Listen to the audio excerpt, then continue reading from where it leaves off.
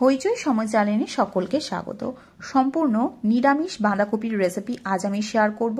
আপনারা যদি ঠিক এই একই পদ্ধতিতে বাঁধাকপির তরকারি রান্না করেন তাহলে গরম ভাত, রুটি সবের সাথে কিন্তু খেতে খুবই অসাধারণ লাগবে। আর তার সাথে থাকছে নানান টিপস। এই রেসিপি আপনাদের সকলের ভালো লাগবে। তাহলে চলুন দেখে নেওয়া যাক আজকের এই সম্পূর্ণ নিরামিষ বাঁধাকপির রেসিপি। প্রথমেই আমি এখানে একটা ছোট সাইজের বাঁধাকপিকে খুব ভালো করে এইভাবে ঝিরিঝিরি করে কেটে নিয়েছি। অবশ্যই বাঁধাকপি রান্না করবার সময় যতটা পারবেন ততটাই কিন্তু ঝিরিঝিরি করে কেটে নেওয়ার চেষ্টা করবেন, তাহলে বাঁধাকপির স্বাদটা খুবই ভালো আসে। এবার আমি এখানে ছোট কাপের 1 কাপ পরিমাণে নর্মাল জল দিলাম আর দিয়ে দিচ্ছি হাফ চামচ পরিমাণে নুন। বাঁধাকপিটাকে আমি গ্যাসের ফ্লেমটাকে মিডিয়ামে রেখে 5 মিনিটের জন্য ভাপিয়ে নেব। আপনারা যারা এইভাবে না ভাপিয়ে রান্নাটা করতে চাইছেন তারা সেইভাবেও করতে পারেন, তবে আমার মতে 5 মিনিটের মতন যদি বাঁধাকপিটাকে ভাপিয়ে নেওয়া যায় তাহলে কোনো রকমভাবে কিন্তু গ্যাস বা অম্বলের সমস্যা হবে না, যাদের এই গ্যাস অম্বলের সমস্যা আছে। 5 মিনিটের মধ্যে আমার বাঁধাকপিটা হালকা একটু নরমও হয়ে গেছে। এর থেকে আর বেশি আমি কিন্তু ভাপাবো না, আর এর থেকে বেশি ভাপালে বাঁধাকপিটার স্বাদ কিন্তু সম্পূর্ণ আলাদা হয়ে যাবে। এবার একটা কড়াইয়ের মধ্যে আমি বড় চামচের 2 চামচ পরিমাণে সর্ষের তেল দিলাম। সর্ষের তেল খুব ভালো করে গরম হয়ে এসেছে। ফোড়নে আমি এখানে জোয়ান ব্যবহার করছি। অবশ্যই আপনারা জোয়ান দিয়ে বাঁধাকপির তরকারিটা করে দেখবেন, স্বাদ সম্পূর্ণ আলাদা হয়। আর জোয়ান আমাদের হজমের কাজে লাগে, তাই আমি জোয়ানটাকে ব্যবহার করলাম। আর দিয়ে দিলাম হাফ চামচ জিরে। আপনারা চাইলে এখানে শুকনো লঙ্কাটাও কিন্তু ব্যবহার করতে পারেন। আমি এই রান্নায় আজ কোনো রকমভাবেই শুকনো লঙ্কার গুঁড়ো বা শুকনো লঙ্কা কিছুই ব্যবহার করছি না।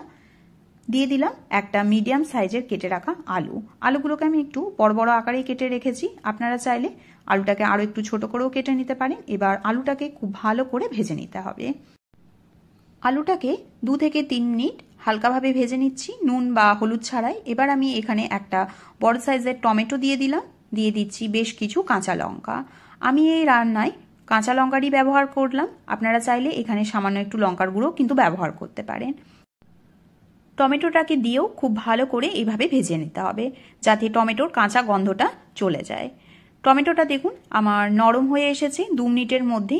এবার আমি এখানে এক এক করে সব মশলা দিয়ে দিচ্ছি। এখানে আমি আদা আর জিরে আগে থেকেই বেটে রেখেছি, আদা আর জিরে বাটা দিয়ে দিচ্ছি 2 চামচ পরিমাণে।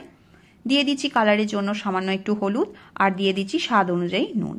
অবশ্যই নুন আর হলুদটা আপনারা আন্দাজ করেই ব্যবহার করবেন।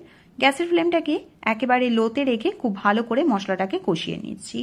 মশলাটা কষানোর সময় আপনারা চাইলে সামান্য একটু জলেরও ব্যবহার করতে পারেন, তাহলে মশলাটা কিন্তু পুড়ে যাবে না। খুব ভালো করে মশলাটাকে 5 মিনিটের মতন কষিয়ে নিয়েছি। মশলা থেকে কাঁচা গন্ধ একেবারে চলে গেছে। এবার আমি এখানে হাফ কাপ কড়াইশুঁটি দিয়ে দিলাম। কড়াইশুঁটিটাকে দিয়ে আবারও খুব ভালো করে মশলার সাথে কষিয়ে নিচ্ছি। আমার চ্যানেলে এরকম আরও অনেক ধরনের রেসিপি আছে, আপনারা চাইলে সেগুলোও দেখে আসতে পারেন, আশা করি ভালো লাগবে। দেখুন খুব ভালো করে আমার আরও 5 মিনিটের মতন কষানো হয়ে গেছে, আর খুব সুন্দর একটা গন্ধও বের হয়ে এসেছে। যেহেতু আমি জোয়ান ফোড়ন দিয়েছিলাম, আমার অনুরোধ রইল একবারের জন্য হলেও এইভাবে জোয়ান ফোড়ন দিয়ে বাঁধাকপি তরকারি করে দেখতে পারেন, স্বাদ কিন্তু সম্পূর্ণ আলাদা হয়। এবার আমি আগের থেকে যে বাঁধাকপিটা সেদ্ধ করে রেখেছিলাম সেই বাঁধাকপিটাও জল ঝরিয়ে দিয়ে দিলাম, আর দিয়ে দিচ্ছি সামান্য একটু চিনি। চিনিটা আমি ঠিক এই টাইমে ব্যবহার করছি, তাহলে বাঁধাকপির সবজির কালারটা খুবই ভালো থাকে, তাই আমি এই টাইমে ব্যবহার করলাম। আবারও খুব ভালো করে মশলার সাথে আমি বাঁধাকপিটার সাথে মিশিয়ে নিচ্ছি। খুব ভালো করে এইভাবে মিশিয়ে নিতে হবে, আর এই টাইমে গ্যাসের ফ্লেমটাকে হাইতে করে দিতে হবে। এক্সট্রা বাঁধাকপির মধ্যে যে জলটা আছে সেই জলটা যাতে খুব তাড়াতাড়ি ড্রাই হয়ে যায়, তাই আমি গ্যাসের ফ্লেমটাকে হাইতে করে রান্নাটা এখন করে নিচ্ছি। খুব ভালো করে আবারও মিশিয়ে নিচ্ছি। যতক্ষণ না একেবারে ড্রাই হয়ে যাচ্ছে ঠিক ততক্ষণই এইভাবে পুরো কড়াইয়ের মধ্যে মিলিয়ে এই রান্নাটা করে নেবেন, তাহলে কিন্তু খুব সহজেই তাড়াতাড়ি করে ড্রাই হয়ে যাবে। দেখুন আমার অনেকটাই কিন্তু ড্রাই হয়ে এসেছে। এবার আমি এখানে দিয়ে দিচ্ছি হাফ চামচ পরিমাণে গরম মশলার গুঁড়ো। আপনারা যারা গরম মশলার গুঁড়ো পছন্দ করেন না তারা কিন্তু এই নিরামিষ বাঁধাকপির সবজির মধ্যে সামান্য একটু জিরে আর শুকনো লঙ্কাকে রোস্ট করেও গুঁড়ো করেও ব্যবহার করতে পারেন। আর দিয়ে দিলাম ছোট চামচের 2 চামচ পরিমাণে ঘি। অবশ্যই ঘিটা দেওয়ার চেষ্টা করবেন নিরামিষ সবজিতে, তাহলে স্বাদটা খুবই ভালো আসে। খুব ভালো করে আবারও মিশিয়ে নিলাম। আবারও আমি 2 মিনিটের জন্য রান্নাটা করে নেব। আমার আজকের এই সম্পূর্ণ নিরামিষ বাঁধাকপির রেসিপি পুরোপুরিভাবে তৈরি হয়ে গেছে। আশা করি আজকের এই সুস্বাদু নিরামিষ বাঁধাকপির রেসিপি আপনাদের সকলের ভালো লেগেছে। রেসিপিটি যদি ভালো লেগে থাকে তাহলে অবশ্যই লাইক, শেয়ার আর কমেন্ট করতে ভুলবেন না। আর চ্যানেলটিকে সাবস্ক্রাইব না করা থাকলে অবশ্যই চ্যানেলটিকে সাবস্ক্রাইব করে নেওয়ারও অনুরোধ রইল। ভালো থাকবেন, সুস্থ থাকবেন। অসংখ্য ধন্যবাদ।